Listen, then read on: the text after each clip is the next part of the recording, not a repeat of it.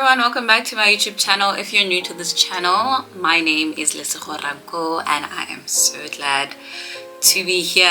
Oh my goodness, I have been saying I'm going to be doing a bunch of series and I'm not even gonna name it anything because I don't want to hold myself accountable. But if you are here, if you are returning, thank you so much for coming back to my channel. If you are new, welcome. I hope this channel is going to edify you. We are going to do a lot of unpacking, guys. Like, I have been dealt with. God is dealing with me.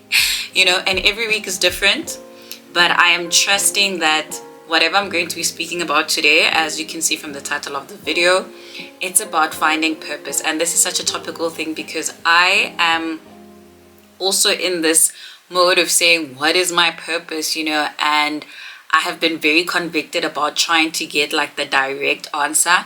And I think God keeps confirming a lot of things in my spirit that I know, but don't necessarily look to what I would want it to be.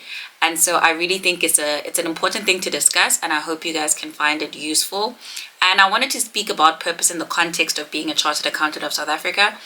Majority of my audiences, even on LinkedIn, follow me because of my designation, right? And they also ask me questions pertaining to my career, pertaining to how I even achieved my qualification, and just also trying to understand how do I maintain myself when I'm in these spaces, you know, because we are in the marketplace, we are in corporate, and there is a lot going on, right? If it just comes to different personalities, different religions, different challenges that we face on an everyday, and how to bounce back, you know, because you might think that after the 4 letters you've landed and you realize actually I've just taken off, you know.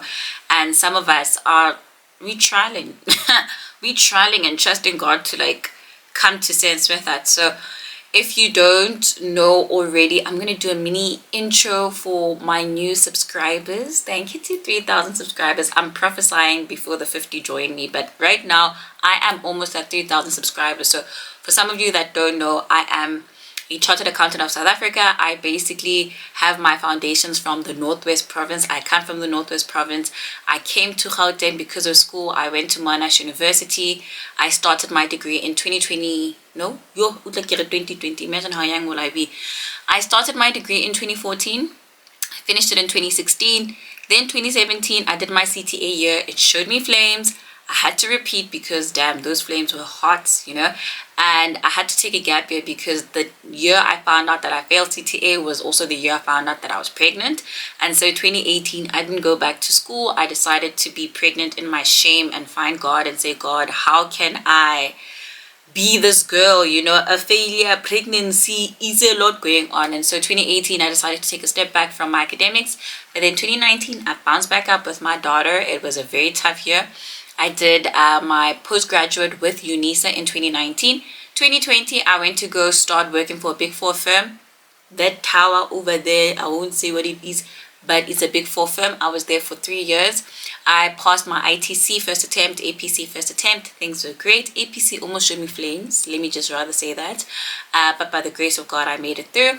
Qualified in the end of 2022, got my psycho certificate in 2023, served as a manager for 6 months at the Big Four firm, then went to go work offshoring for a couple of months because I wanted like a calmer lifestyle but more money, you know what I mean. And it was an amazing time. I met great people, great relationships. I established myself, and my goodness, CASA has been opening doors left, right, and center, has also been teaching me that this is merely a key, right? This is not necessarily like a landing platform once you have the designation, you know.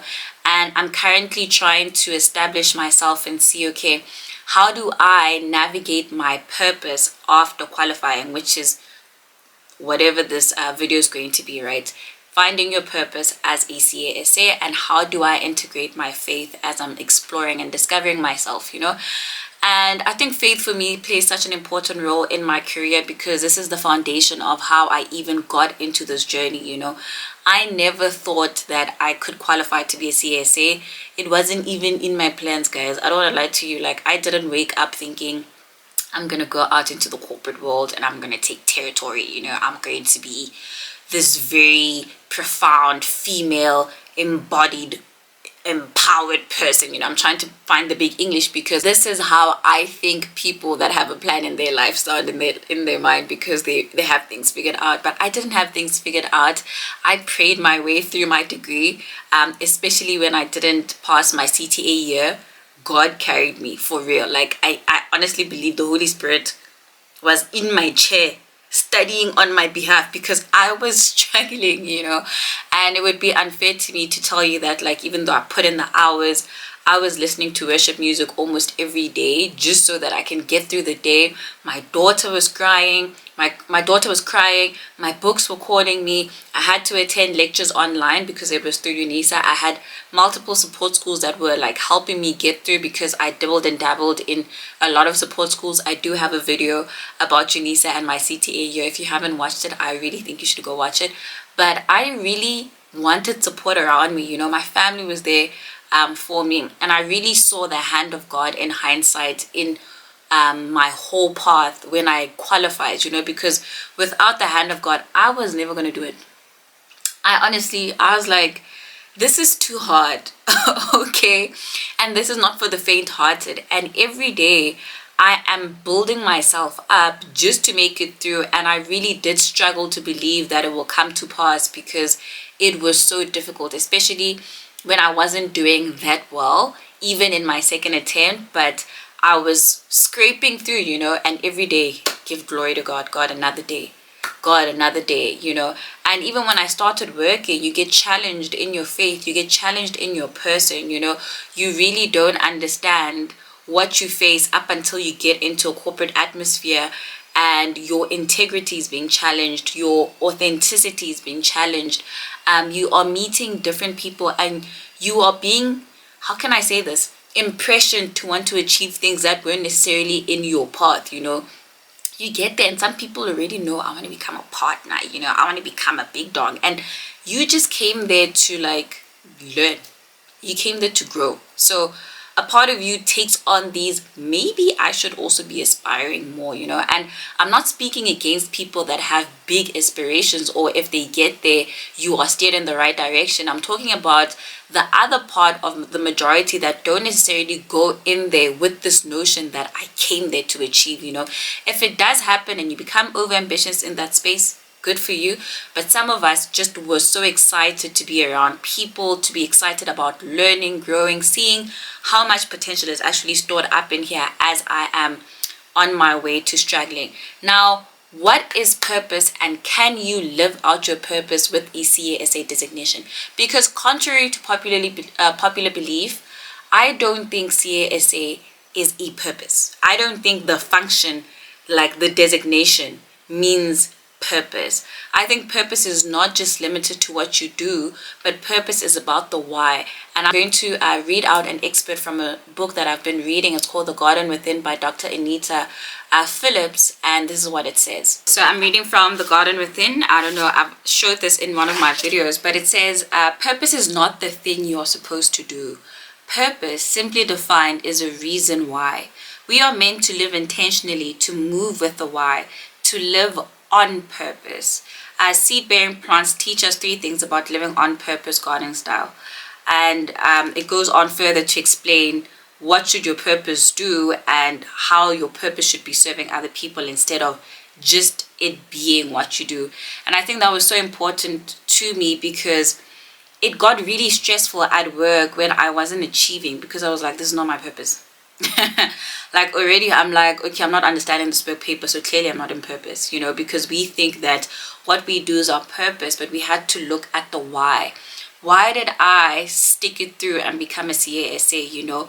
Why was I so adamant that these skills were going to make me feel more useful in a corporate space, And the more I asked those questions, the more I realized that I actually am on purpose as I am teaching, as I'm sharing my story, as I'm discovering how I can serve people with my designation. I am moving within purpose, because some of you might not know this, and I feel like I want to say it out loud, that you were made with a purpose for a purpose, and some of us, we take so long trying to be self-serving, trying to look at what can I do with my life. But if we stop focusing so much so on what am I going to get, what am I going to do, and start thinking about how can I serve people, how can I serve people with my skills, and how can I adapt to my environment, how can I meet a need in my society.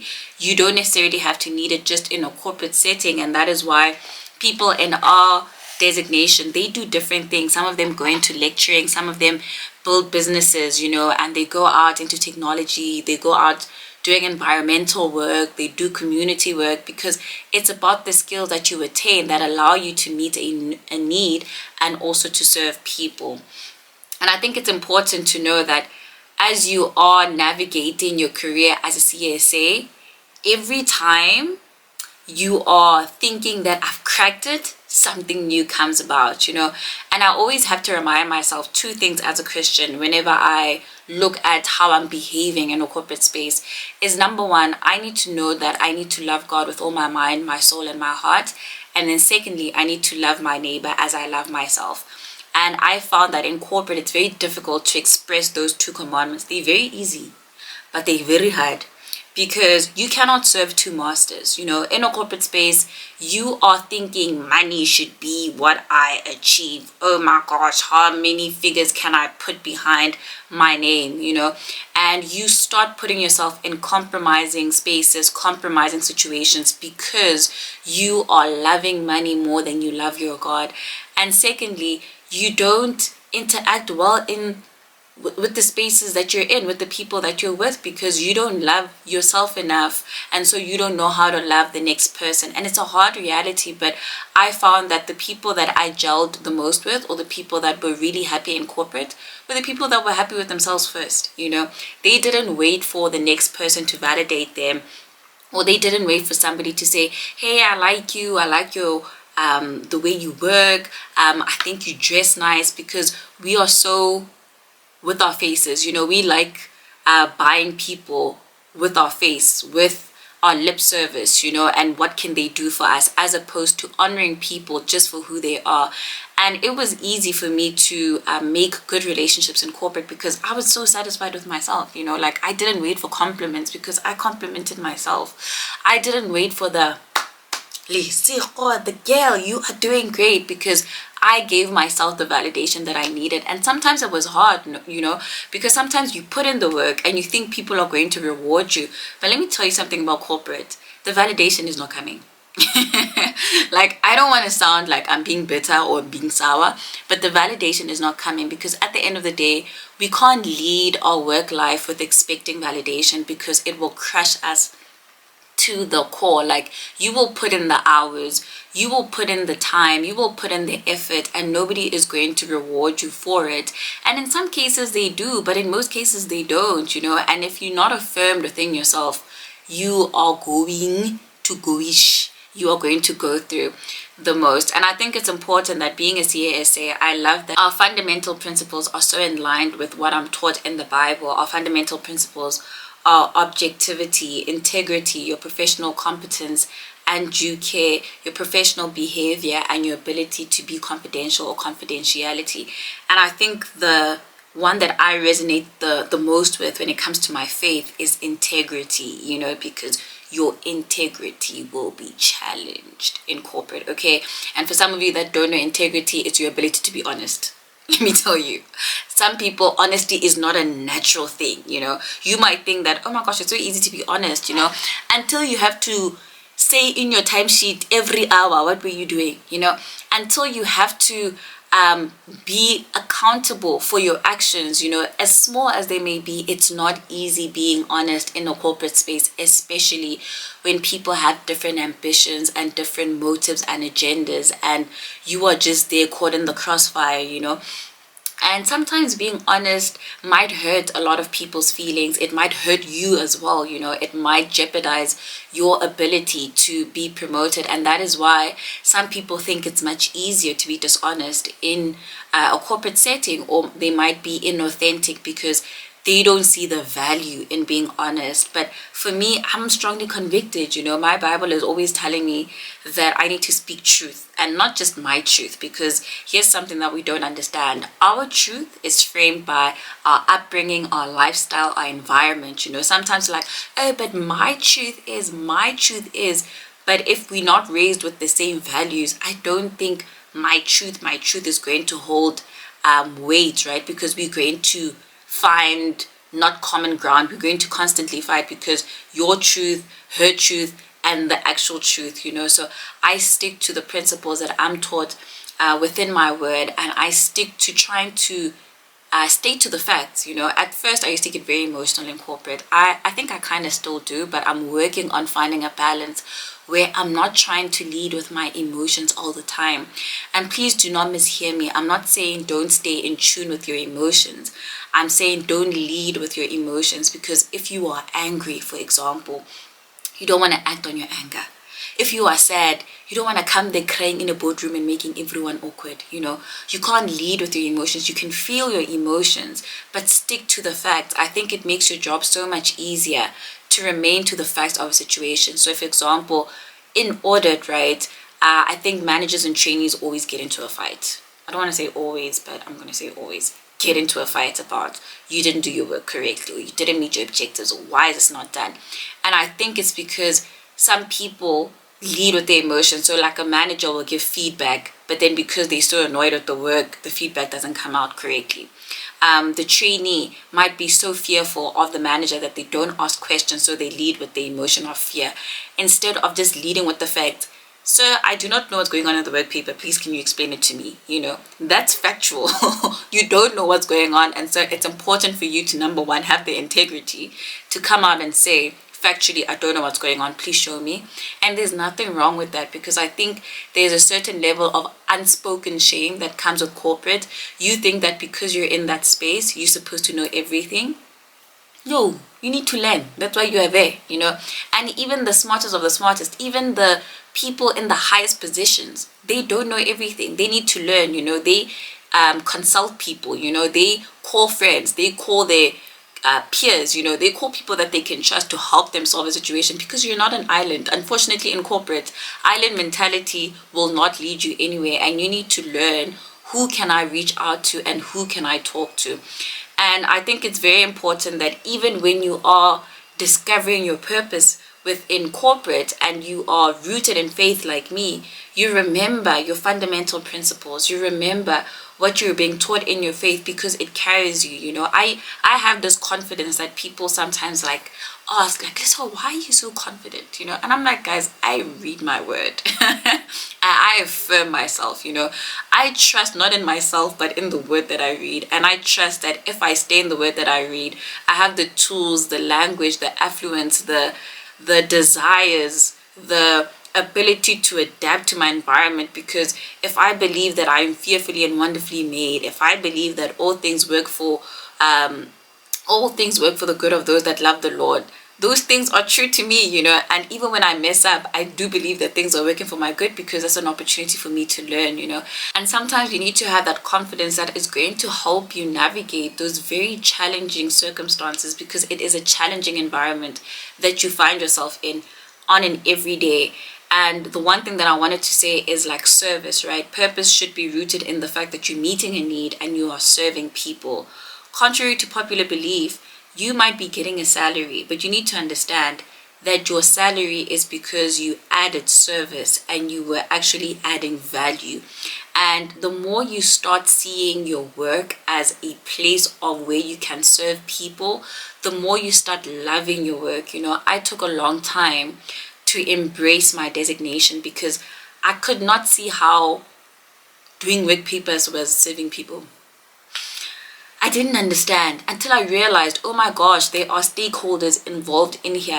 I am going beyond the numbers. I am adding to an opinion that is going to affect shareholders, that is going to affect how people do business. It's going to affect how my company does on a broader scale. It's not just about me. I'm actually serving a wider community just by making sure that my work paper was done diligently, and I did a spell check, and I made sure that there was an objective, there were procedures, and there was a conclusion.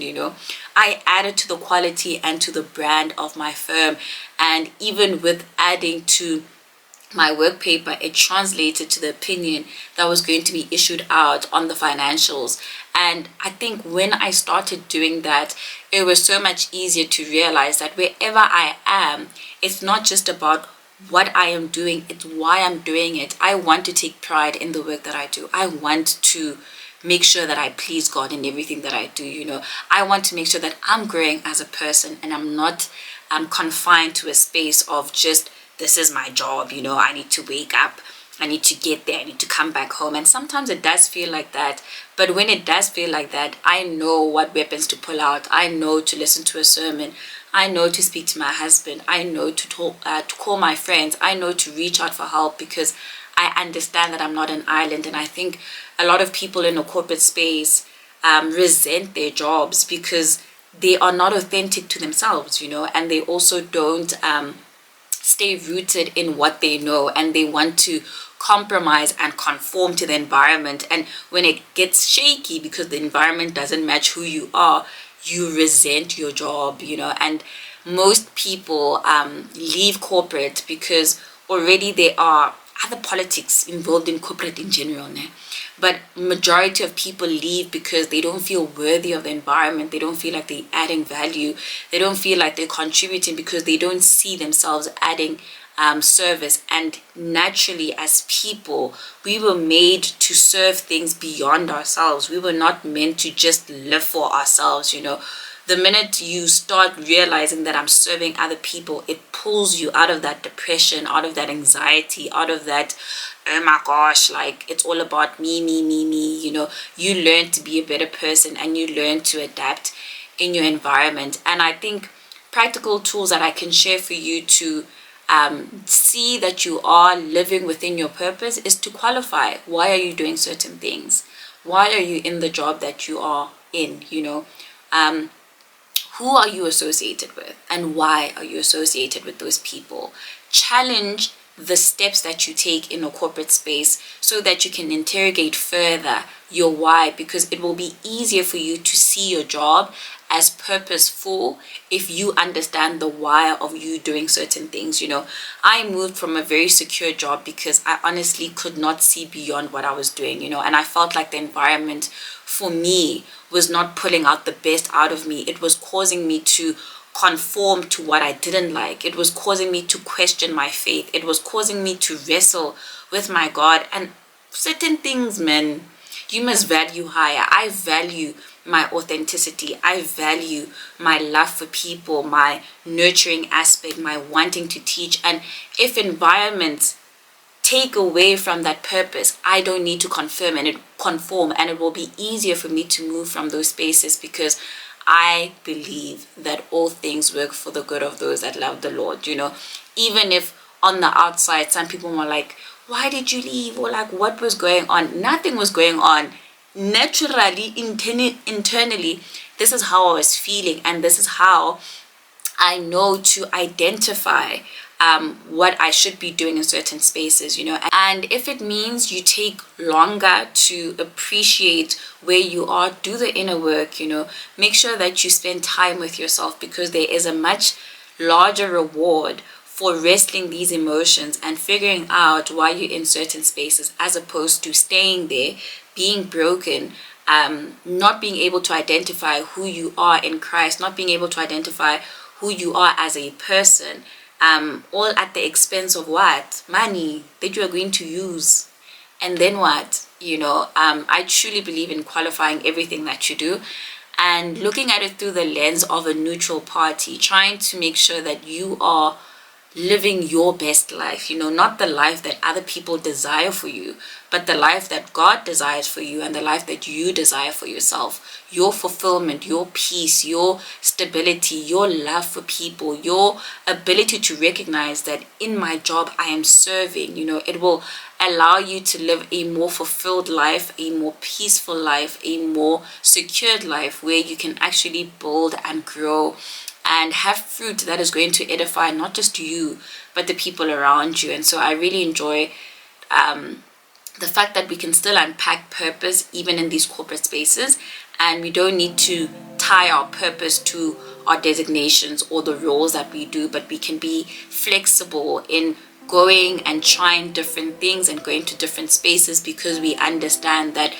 when I am meeting a need, when I am serving people, I am living on purpose, you know, and I'm living with a purpose. And if I'm understanding who I am, if I know my identity, I will be so much pleased with the works and the efforts that I put in. But I really hope that you guys enjoyed this video. Next week we are going to talk about something that is a challenge for me, but I am working through: tithing and budgeting. A CASA in faith. Listen, this topic is going to challenge me, and I know it's going to challenge you. But I hope you guys enjoyed this video. Please remember to like, to comment, to share, and to subscribe. And I'll see you guys in my next video. Bye.